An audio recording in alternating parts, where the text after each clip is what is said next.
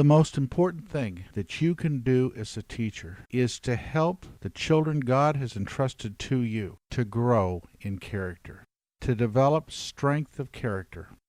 Academic achievement is actually seen as an outcome variable as a function of the growth of character itself. Academic achievement is the result of growth in character. Now, in our program, we define that operationally along 7 different continuums. Investment of energy, which is motivation, helping a child to become motivated, to want to learn. The second is value development. It's absolutely critical that children learn values. Values are the guidance system of behavior. It doesn't mean that you're going to do it, but you know what is right and wrong. And it's absolutely critical that we teach children why what they're learning is important and relevant for them and their success.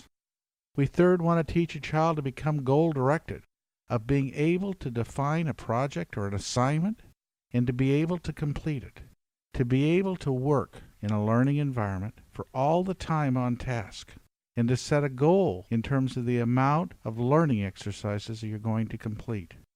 The next is self-esteem. We want children to grow in their ability to see themselves as strong and as capable and as having the ability to learn anything. Part of what we're doing is teaching a child that they are truly the author of their own life, that they are responsible for the person that they become, and that we want to validate and we want to recognize every time a child puts forth energy in terms of doing something that is good and positive. We want to systematically build that child's self-esteem.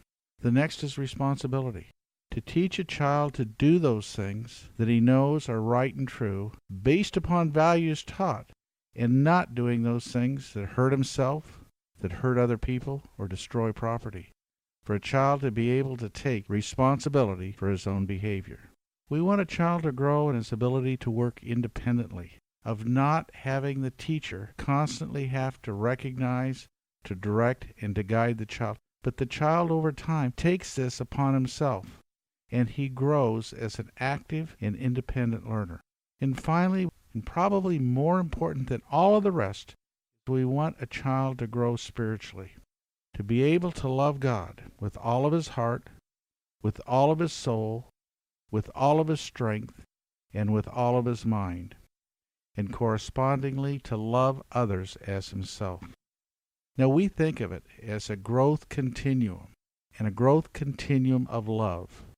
From loving those that love you, almost a fundamental concept and dimension of mental health itself, to be able to love and to receive love, the foundation of mental health. But we want a child to be able to grow from there to being able ultimately to love those that don't love them, that maybe in some way violate or hurt or make fun of them. And when a child can grow in their ability to love those that don't love them, I think a spiritual transformation takes place, and we truly become more Christ-like. The first 2 commandments that God has given us, to love him with all of our heart, soul, strength, and mind, and to love others as ourselves. After we get that down, we can worry about theological differences. But this is the emphasis in something that you always need to have forefront in what you're doing, is to help that child grow in character. To grow in terms of being motivated, in terms of valuing what he's learning, in terms of being able to set goals for himself, having a high level of self-esteem and a positive view of himself and his abilities, to grow in responsibility, to grow in his ability to work independently, and to grow in his ability to love God and to love others. The most important things that you can do